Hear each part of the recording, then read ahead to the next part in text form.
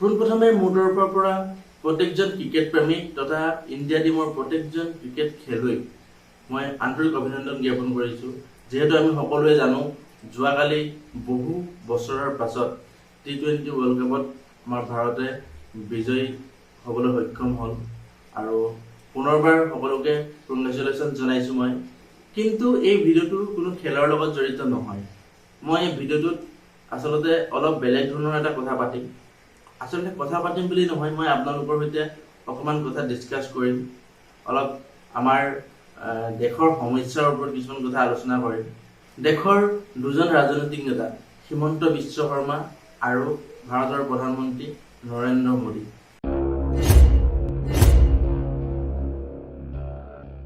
দেশৰ দুজন ৰাজনৈতিক নেতা হিমন্ত বিশ্ব শৰ্মা ডাঙৰীয়া আৰু নৰেন্দ্ৰ মোদী।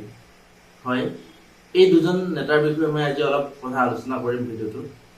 আৰু এই নেতা দুজন আচলতে সফল হৈও বিফল। মই কিয় কৈছোঁ আপোনালোকে ভিডিঅ'টো শেষলৈকে চাই যাব, তেতিয়া সম্পূৰ্ণ কথাখিনি আপোনালোকে বুজিব পাৰিব।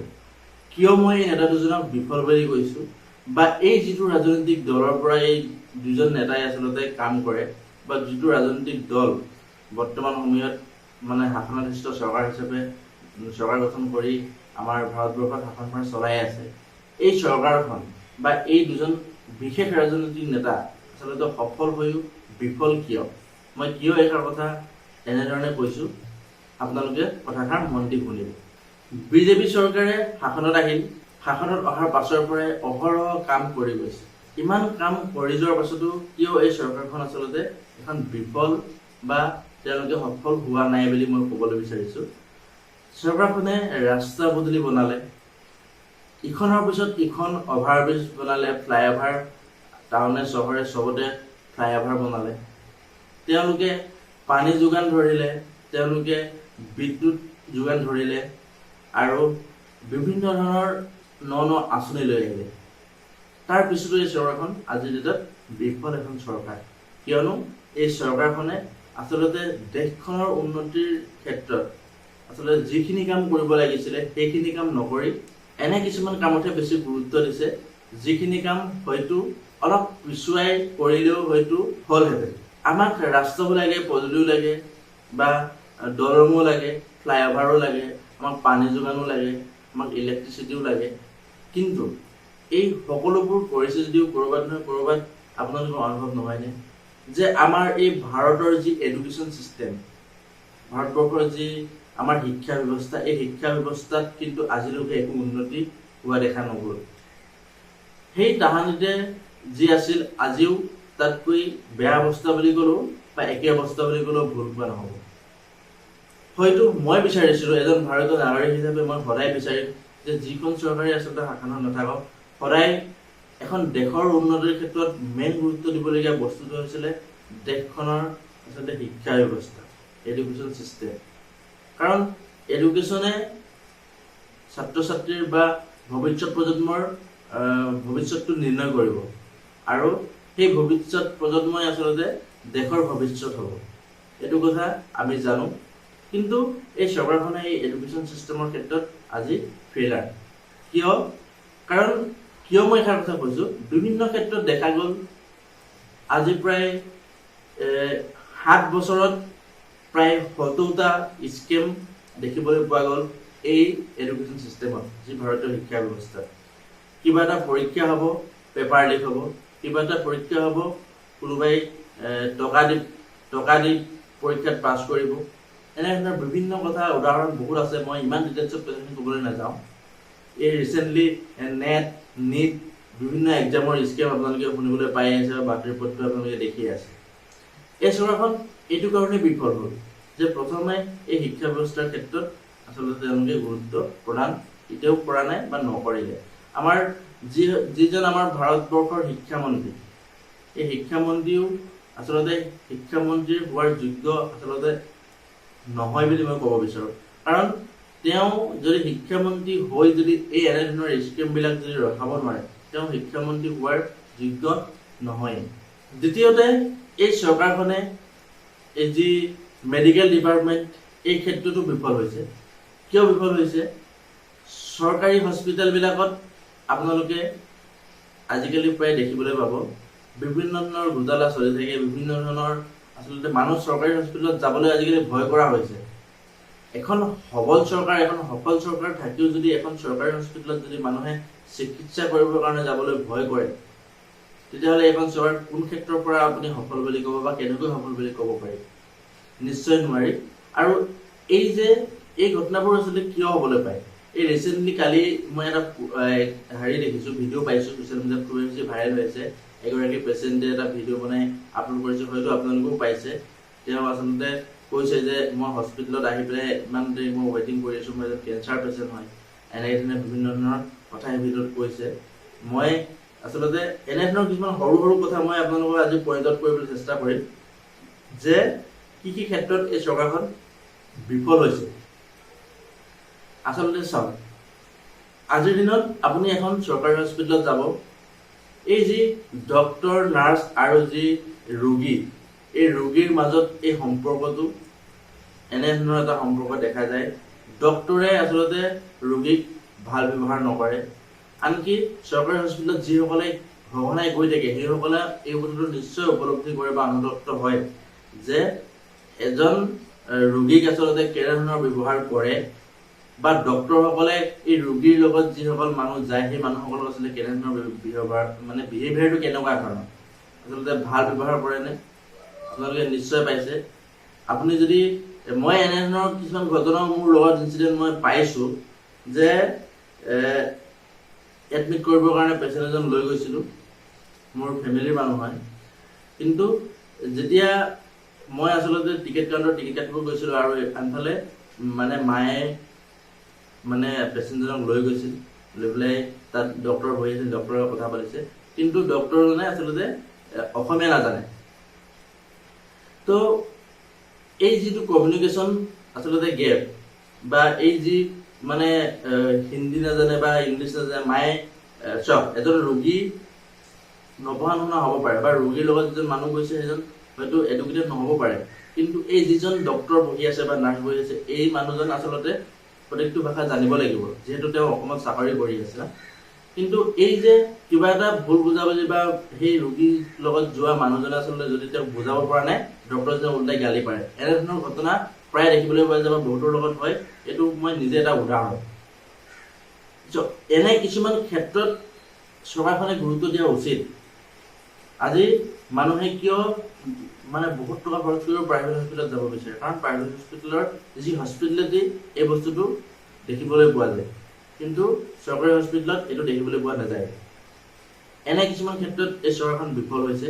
মই আপোনালোকক একেবাৰে সহজ সৰল ভাষাত কথাখিনি ক'বলৈ চেষ্টা কৰিছোঁ।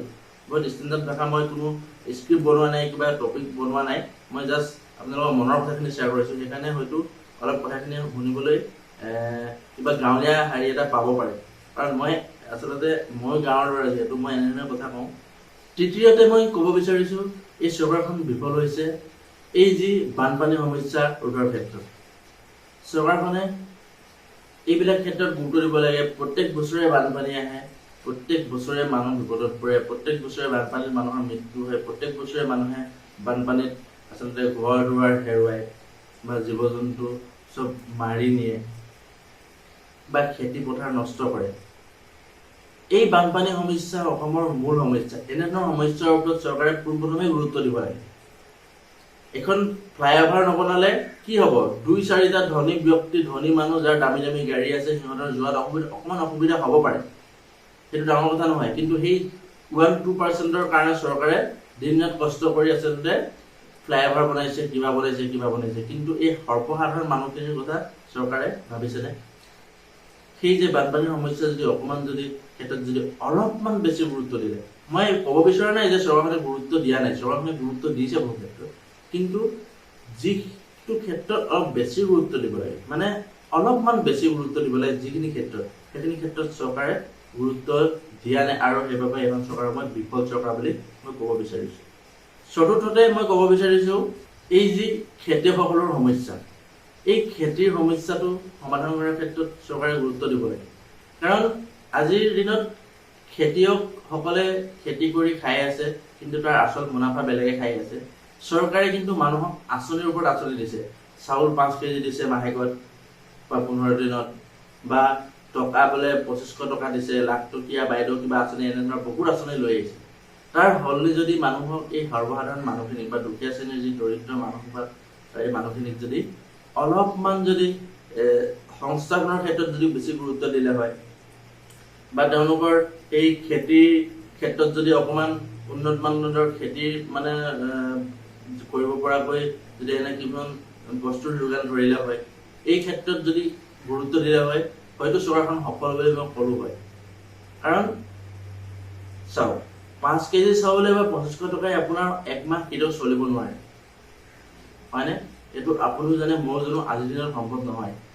যিসকল মানুহে খেতি কৰি আছে, এই খেতি কৰা মানুহখিনিয়ে তাৰ যি কিবা এটা চব্জি খেতি কৰিছে বা শাকৰ খেতি কৰিছে, সেই শাকৰ দামটো আচলতে তেওঁলোকে নাপায়, পায় বেলেগে।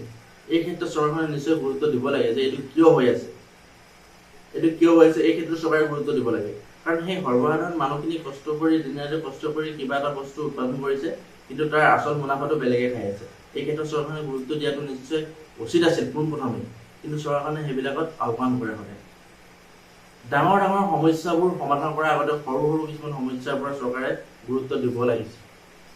আৰু সেই কাৰণে মই মোৰ দৃষ্টিভংগীৰে মই ক'ব বিচাৰো, চৰকাৰখন এইটো কাৰণে বিফল।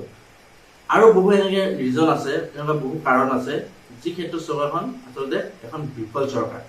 চৰকাৰে আঁচনি দিছে, কিবা মানে এই কিবা আঁচনি বুলি কয়, যিখন আঁচনিৰ নাম মই পাহৰি গৈছো, যে অটল অমৃত আঁচনি, কিবা এনেকুৱা আঁচনি এখন আহিছিলে যে মেডিকেল ট্ৰিটমেণ্টৰ খৰচা মানে ৰেহাই পাব, কিমান শতাংশ ৰেহাই পাব।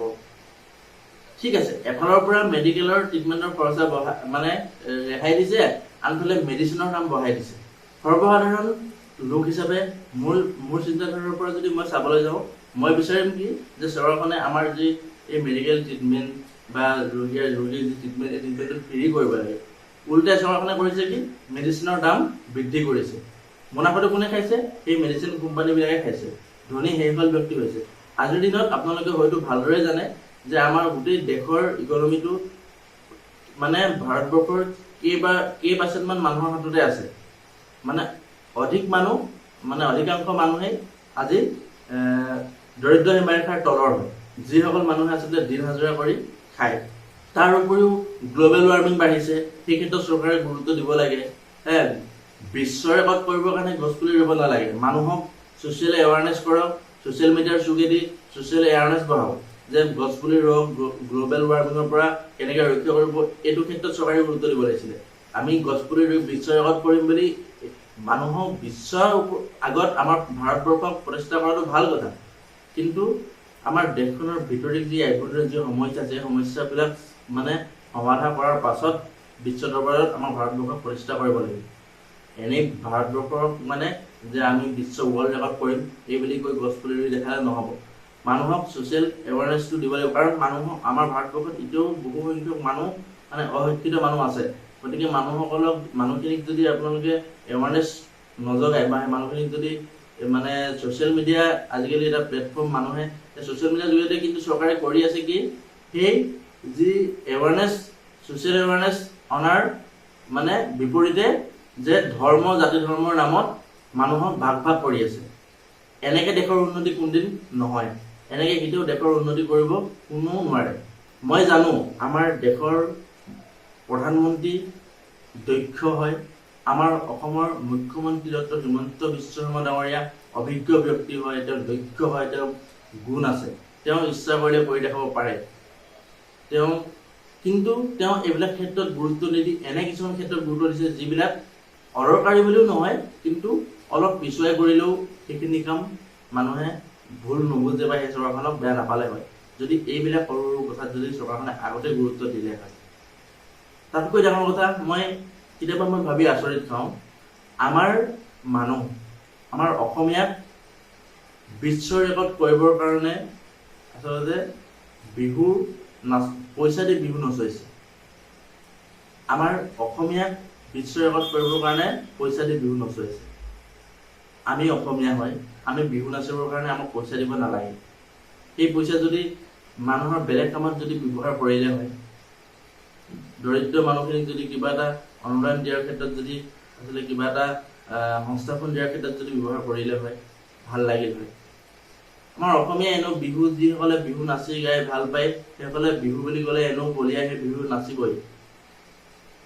বিহুক পইচা দি বিশ্ব দৰবাৰত প্ৰতিষ্ঠা কৰাৰ প্ৰয়োজন নাই যদি গাঁৱে ভূঞে ল'ৰা ছোৱালীয়ে বিহু নাগায়। এই ক্ষেত্ৰত চৰকাৰখনে গুৰুত্ব দিব লাগে। আমাৰ সংস্কৃতি ৰক্ষাৰ ক্ষেত্ৰত গুৰুত্ব দিছে ভাল কথা, কিন্তু আমাৰ গাঁৱে ভূঞে আজি বিহু ল'ৰা ছোৱালীয়ে নাগায়।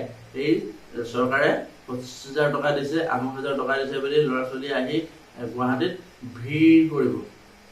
এনেধৰণে আচলতে সংস্কৃতি ৰক্ষা নহয়। সংস্কৃতি ৰক্ষা কৰিব লাগিব সেই গাঁৱে ভূঞে বিহু হুঁচৰি গাই সেই ল'ৰা ছোৱালীসকলে যেতিয়া হুঁচৰি গাব, ঘৰে ঘৰে গাব, তেতিয়াহে আমাৰ জাতীয় সংস্কৃতি ৰক্ষা হ'ব। বিশ্ব দৰবাৰত প্ৰতিষ্ঠা কৰি ৱৰ্ল্ড ৰেকৰ্ড কৰি কোটি কোটি টকা ব্যয় কৰিলেই আচলতে সংস্কৃতি ৰক্ষা হৈ নাযায়। তাতকৈ ডাঙৰ কথা, গুৱাহাটীখন, মই যিহেতু গুৱাহাটীত থাকোঁ, মই গুৱাহাটীৰ এটা প্ৰব্লেমৰ বিষয়ে মই কৈছোঁ। চৰকাৰখনে এই গুৱাহাটীৰ মানে যি বানপানী সমস্যা, এই বানপানী সমস্যাৰ ক্ষেত্ৰত হয়তো যদি অলপ বেছি গুৰুত্ব প্ৰদান কৰিলে হয়, এই ক্ষেত্ৰত হয়তো অলপ হ'লেও গুৱাহাটীবাসী সকাহ পালে হয়। যদি ছমাহৰ মূৰত, 1 বছৰৰ মূৰত গুৱাহাটীৰ এই ড্ৰেইনবিলাক যদি অলপ চাফা কৰালে হয়। কিন্তু যেতিয়া বাহিৰৰ পৰা কোনোবা এজন নেতা আহে, যেতিয়া মানে প্ৰধানমন্ত্ৰী ডাঙৰীয়া আহে, কাপোৰ মাৰি আচলতে সেই ড্ৰেইনবিলাক ঢাকি দিয়া হয়, সেই লেতেৰাবিলাক লুকুৱাবলৈ চেষ্টা কৰা হয়। এই ক্ষেত্ৰত চৰকাৰখনে গুৰুত্ব দিয়া উচিত আছিল, কিন্তু নিদিয়ে। কিন্তু চৰকাৰখনে ফ্লাইঅভাৰৰ পিছত ফ্লাইঅভাৰ বনাই আছে। লাভ কাৰ হৈছে? কেইজন মানুহৰ আজি কিমান শতাংশৰ মানুহৰ ওচৰত গাড়ী আছে, বা গাড়ীত থাকিলেও কিমান শতাংশ মানুহে এনিটাইম গাড়ীখনলৈ ওলাই যায়, হয়নে? এই কথাটো আপোনালোকে মন কৰিব। মই আচলতে কথাবিলাক মনত ভাবি আছিলোঁ বহুত দিন, কাক ক'ম কি কেনেকৈ ক'ম, বহুত দিন ভাবি থকা কিছুমান কথা আপোনালোকৰ আগত শ্বেয়াৰ কৰিলোঁ। হয়তো কথাখিনি কওঁতে ক'ৰবাত কিবা খেলিমেলি হ'ব পাৰে, কাৰণ মই কোনো প্লেনিং কৰা নাই, এইটো ক'ম বা কোনো স্ক্ৰিপ্ট বনোৱা নাই। মই মনত যি আছিল মই তাকেই আপোনালোকৰ আগত শ্বেয়াৰ কৰিলোঁ। গতিকে এইখিনিয়ে কথা আছিল। ধৰণৰ বহু কথা আছে মনত। আচলতে মানে কেতিয়াবা মনটোত ভাবিবলৈ বাধ্য হওঁ যে আমাৰ চৰকাৰখন আচলতে কৰি আছে কি। এডুকেশ্যনত ফেইলাৰ, কৃষি ক্ষেত্ৰত ফেইলাৰ, বা আমাৰ যি চিকিৎসা বিভাগত ফেইলাৰ, প্ৰত্যেকটো ক্ষেত্ৰতে ফেইলাৰ। পানী যোগান ধৰে, মানুহে পানী নাপায়। ইলেক্ট্ৰিচিটি যোগান ধৰিছে, মানুহে ভালদৰে ইলেক্ট্ৰিচিটি নাপায়। প্ৰত্যেকটো ক্ষেত্ৰতে ফেইলাৰ। এইখন চৰকাৰ আচলতে সফল বুলি আমি কেনেকৈ ক'ম? কিন্তু দক্ষ দুইজনেই হয়। আমাৰ ভাৰতৰ প্ৰধানমন্ত্ৰীও দক্ষ, আমাৰ অসমৰ মুখ্যমন্ত্ৰীও দক্ষ ব্যক্তি, কিন্তু দক্ষ হৈও বিফল। এনে দক্ষতা আচলতে কাম কি? দক্ষ হৈও যদি বিফলেই হ'ব লগা হয়, যদি তেওঁলোকে যদি সাধাৰণ কথাবিলাক যদি তেওঁৰ যদি চল্ভ কৰাত যদি গুৰুত্ব নিদিয়ে, তেতিয়াহ'লে দক্ষ হৈ কি লাভ? এনেই নিজৰ মুনাফাৰ কাৰণে অকল কাম কৰিলে বা ৰাজনৈতিক দলটোৰ কাৰণে অকল কাম কৰিলে নহ'ব। জনসাধাৰণৰ কাৰণে কাম কৰিবলৈ হ'লে এনে কিছুমান সৰু সৰু ক্ষেত্ৰত গুৰুত্ব দিয়াটো নিতান্তই প্ৰয়োজনীয় বুলি মই ভাবোঁ। আৰু মোৰ অনুৰোধ ভিডিঅ'টোৰ জৰিয়তে আপোনালোক সকলোৱে এনেধৰণৰ সৰু সৰু কথাত মাত মাতিবলৈ আৰম্ভ কৰক, যাতে চৰকাৰখনে জনসাধাৰণৰ এনেধৰণৰ কিছুমান সমস্যাৰ পৰা মানুহক মানে সকাহ দিয়ে, বা মানুহক এই সমস্যাবিলাকৰ পৰা কিবা এটা সমাধান সূত্ৰ উলিয়াই দিয়ে। আৰু ভিডিঅ'টো যিমান পাৰে শ্বেয়াৰ কৰি দিব। আৰু মোৰ মুখ্যমন্ত্ৰী ডাঙৰীয়ালৈ অনুৰোধ যে এই ধৰণৰ সৰু সৰু কিছুমান সমস্যা, যিবিলাক সমস্যাৰ আচলতে সমাধান আপোনালোকে কৰাটো অতিকৈ প্ৰয়োজনীয়। কাৰণ এডুকেশ্যন চিষ্টেম আজি ছেবাৰ পৰা এছেগৰ পৰা আজি বিভিন্ন ধৰণৰ ডাঙৰ ডাঙৰ এক্সামত আচলতে স্কিম হয়। আৰু এনেধৰণৰ ঘটনা আচলতে য'ত পটককৈ ওলায়ে আছে। প্ৰত্যেক বছৰে কিবা নহয় কিবা এটা হোৱা দেখিবলৈ পোৱা যায়। এইবিলাক বন্ধ কৰাৰ ক্ষেত্ৰতো গুৰুত্ব দিব লাগে। কাৰণ ফ্লাইঅভাৰৰ ওপৰত ফ্লাইঅভাৰ বনাই থাকিলে আচলতে দেশখনৰ উন্নতি বুলি ক'ব নোৱাৰে। তো ভিডিঅ'টো ইমানে আছিল। যদি আপোনালোকে ভিডিঅ'টো চাই ভাল পালে তেন্তে লাইক কৰিব, কমেণ্ট কৰিব, আৰু মোৰ চেনেলটো ছাবস্ক্ৰাইব কৰিব, আৰু শেষত ভিডিঅ'টো আপোনালোকে শ্বেয়াৰ কৰি দিব। ধন্যবাদ।